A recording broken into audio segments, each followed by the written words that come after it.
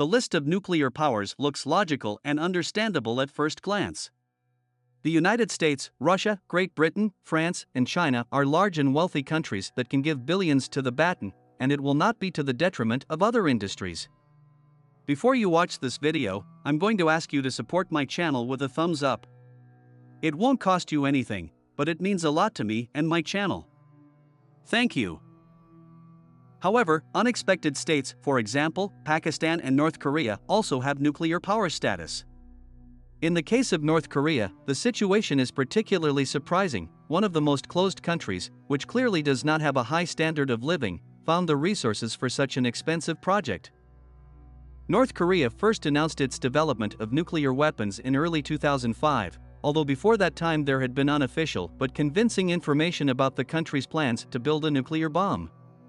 If anyone had any doubts about North Korea's ability to possess nuclear weapons, they were certainly dispelled on October 9, 2006. On that day, North Korea reported a successful nuclear test at the Punggye-ri test site, roughly 180 kilometers from the Russian border. An earthquake with a magnitude of about 4.2 was recorded at the site of the test. Sources indicate varying power, but in general it is small for nuclear bombs, about 0.5 to 2 kilotons. By comparison, Hiroshima was hit with a bomb equivalent to about 15 kilotons, and Nagasaki with 21 kilotons. But gradually the DPRK built up its capacity and conducted new tests. The North Korean nuclear weapons chain dates back much earlier, to the middle of the last century. Fortification. Ironically, it all started with South Korea. In the late 50s, the US deployed nuclear weapons there, and the northern neighbors became worried. The country's then leadership saw the only possible security solution for itself to also get a nuclear bomb. The first mentions of North Korea's nuclear program date back to the early 60s. However, it became very difficult to translate the plans into reality. At first, the country announced global fortification, the development of a depth defense concept. Taking into account the specifics of that period and geographical location, the USSR on one side and South Korea/USA on the other, the decision of the leadership can hardly be called redundant. The plan involved the construction of important military facilities and key infrastructure structures underground. According to some reports, there are about 10,000 underground defense structures in North Korea, and the subway in Pyongyang is located at a depth of about 100 meters, not because of the peculiarities of the soil, but with the expectation of using the tunnels as a shelter in case of a nuclear attack. Help from friends. The DPRK had no nuclear weapons specialists of its own. In fact, there weren't many in the world at the time.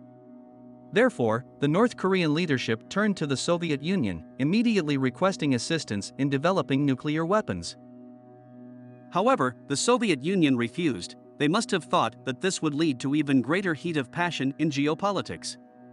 Besides, who knows where relations with the DPRK will lead and whether they will remain as friendly. However, denying the DPRK assistance was also not the best option. The Asian country was generally sympathetic to the ideology of the USSR, which can be considered a great rarity. Therefore, the Soviet Union compromised and offered North Korea assistance in the use of the atom for peaceful purposes. The DPRK agreed. As part of the agreement, in 1965 the USSR supplied the IRT-2000 nuclear reactor to North Korea for the Yongbyon Nuclear Research Center. Over the next 20 years, the USSR would train 300 Korean scientists to operate the atomic reactor. North Korea still sought nuclear weapons. Peaceful atom was not enough for it. It was not yet possible to develop it on its own, so the leadership once again turned to friendly countries. Apart from the USSR, China was considered to be one. It was there that the first atomic bomb of its own production was tested. It happened on October 16, 1964. China was already the fifth nuclear power. Similar tests were carried out by the United States, 1945, the USSR, 1949, Great Britain, 1952, and France, 1960. The North Korean delegation requested China's assistance in developing nuclear weapons. Kim Il-sung, in an address to Mao Zedong, noted that the brotherly countries had fought and died in battles together, and therefore both should have nuclear weapons.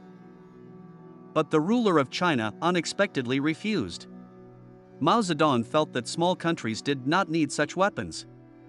According to some reports, Kim Il-sung approached China again in 1974, but the DPRK was also refused the second time. Own developments. At the same time, the Yongbyon Research Center continued working on the IRT-2000 reactor provided by the USSR. It was pumped up to 8 megawatts in the mid-70s. In 1979, the North Korean authorities undertook to build another reactor of their own production. Finally, in the 1980s there was a program to develop nuclear weapons, and from then on events began to develop quite dynamically. Apparently, the DPRK succeeded in creating its own school for the training of specialists in working with the atom, both peaceful and military. At least there is no information that anyone helped North Korea develop nuclear weapons. And it is difficult to find a country interested in this. The fewer states, even friendly ones, that possess such weapons, the better for the owners of atomic bombs. In 1985, the DPRK signed the Treaty on the Non-Proliferation of Nuclear Weapons, but for a long time it was unable to bring its activities into compliance with the requirements of the International Atomic Energy Agency, IAEA. An inspection by the regulator in 1992 revealed that the DPRK was likely to possess plutonium that the country had not declared. IAEA representatives requested access to 2 sites where North Korea allegedly stores nuclear waste. However, the DPRK refused. Shortly thereafter, the country announced its intention to withdraw from the Nuclear Non-Proliferation Treaty. North Korea officially withdrew from the treaty in 2003. In essence, it did not lose much. By that time, its leadership's chosen course toward isolation had become obvious, and international sanctions had never stopped the DPRK's rulers from pursuing their plans. Let's do it more than once. A year later, in 2004, a South Korean satellite detected a powerful explosion on DPRK territory. At first, there was speculation that it was a nuclear test. But then a rather convincing explanation emerged. A hydroelectric power plant was being built in the area where the explosion occurred, and it was a bombing operation. According to another version, a missile plant was located there, and the explosion took place there. Most experts doubt that there had been nuclear testing. The power and nature of the explosion were different. After the first detonation of the atomic bomb in 2006, North Korea began to conduct nuclear tests every 3 to 4 years. In 2009, 2013, 2 tests in 2016, and then in 2017, this time of the hydrogen bomb. And each explosion was condemned by the international community, but the North Korean authorities were not at all worried about it. It finally became clear that it is extremely difficult to influence North Korea. In the current situation, when the country is literally isolated, it is not afraid of any sanctions, and appeals by politicians and organizations, including the UN, have no effect. For years have passed since the last test, and so far there is no open information about new tests. The country is believed to have about 30 warheads in its possession. Compared to the United States and Russia, this is a pittance. The superpowers have about 5,000 to 6,000 nuclear weapons. But these states and other nuclear powers, unlike North Korea, do not conduct tests. The DPRK leadership has hardly given up its intentions to develop a nuclear program. The country sees such weapons as a way to show its strength. It seems that there is no effective mechanism for putting pressure on the DPRK authorities. This means that news of another test is most likely just a matter of time. I thank you for watching.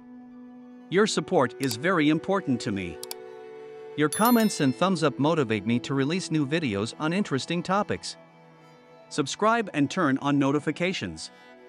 See you in the new videos.